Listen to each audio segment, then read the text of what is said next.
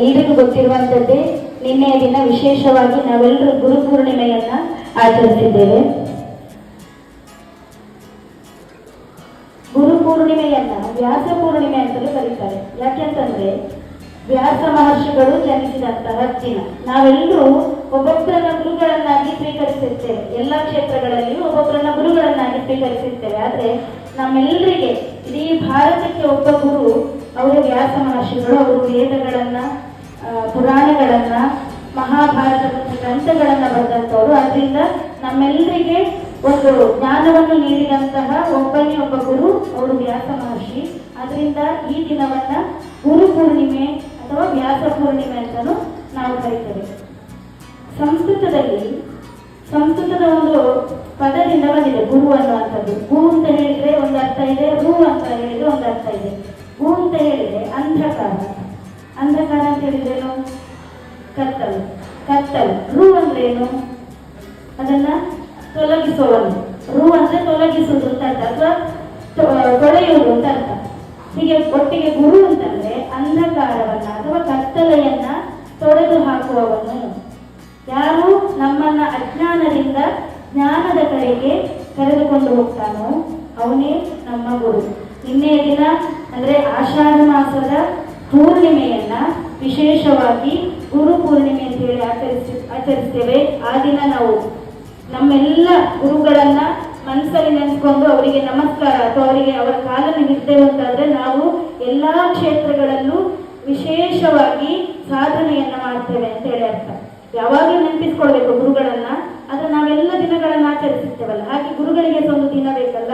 ಅದರಿಂದ ಗುರು ಪೂರ್ಣಿಮೆಯನ್ನ ಮರೆಯದ ನಾವು ಆಚರಿಸಬೇಕು. ಫಾದರ್ಸ್ ಡೇ, ಮದರ್ಸ್ ಡೇ, ಆ ಡೇ, ಈ ಡೇ ಆಚರಿಸ್ತೇವೆ, ಇದನ್ನು ಮಾತ್ರ ಮರಿತೇವೆ. ಈ ದಿನವನ್ನ ಖಂಡಿತವಾಗಿಯೂ ಮರಿಬಾರ್ದು.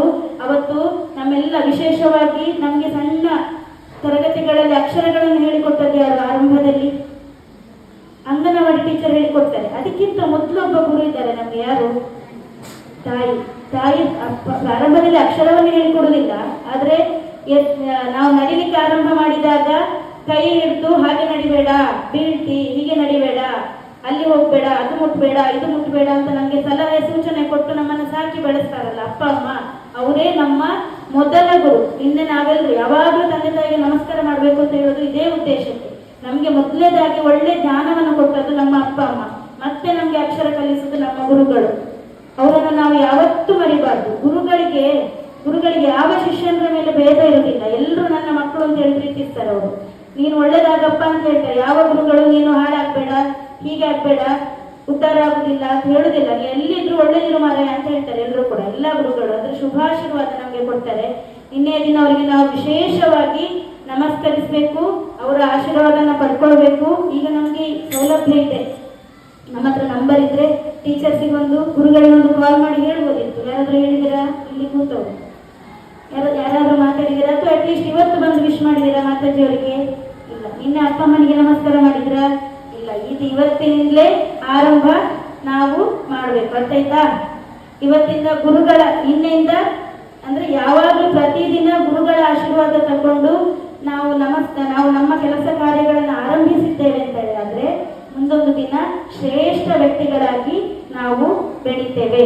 ಗುರು ಅಂತ ಹೇಳಿದ್ರೆ ಅಜ್ಞಾನ ತಿಮಿರಾಂಧಸ್ಯ ಜ್ಞಾನಾಂಜನ ಶಲಾಕಯ ಚಕ್ಷುರುನ್ಮೀಲಿತೇಯೇನ ತಸ್ಮೈ ಶ್ರೀ ಗುರವೇ ನಮಃ ಅಂತ ಹೇಳ್ತೇವೆ ನಾವು. ಅಜ್ಞಾನದಿಂದ ಜ್ಞಾನದ ಕಡೆ ಕರೆದುಕೊಂಡು ಹೋಗುವಂತಹ ಒಬ್ಬ ವ್ಯಕ್ತಿ, ಅವನೇ ನಮ್ಮ ಗುರು. ಯಾವ ಗುರುಗಳಾಗಿರ್ಬೋದು, ನಮ್ಗೆ ನೃತ್ಯ ಕಲಿಸಿರ್ತಾರೆ ಅಥವಾ ನಮ್ಗೆ ಹಾಡು ಹೇಳಿಕೊಟ್ಟಿರ್ತಾರೆ, ಅವರೆಲ್ಲ ನಮ್ಮ ಗುರುಗಳೇ. ಒಂದು ಅಕ್ಷರ ನಮ್ಗೆ ಕಲಿಸಿದ್ರು ಕೂಡ ಅವರು ನಮ್ಮ ಗುರುಗಳಾಗಿರ್ತಾರೆ. ನಿಮ್ಗೆ ಶಾಲೆಯಲ್ಲಿ ಪಾಠ ಮಾಡೋ ಮಾತಾಜಿಯವರು ಮಾತ್ರ ಗುರುಗಳಲ್ಲ.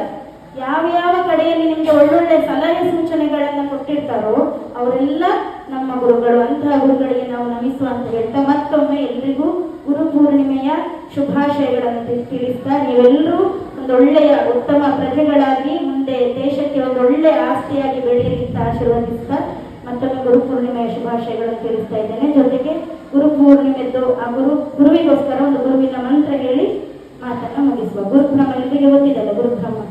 Join your hands.